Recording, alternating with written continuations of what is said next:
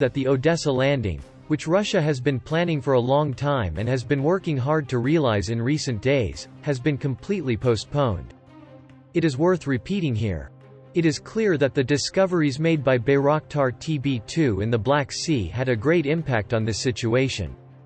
Because if Bayraktar TB2 armed unmanned aerial vehicles, which are frequently used by the Ukrainian armed forces for target detection, detect Petr Morganov or another Russian warship in this region within the range of Ukraine's weapons, this may mean the end of that ship. At the same time, Bayraktar TB2 can distract ships with the same method it used to sink the Russian Black Sea Fleet flagship Moskva.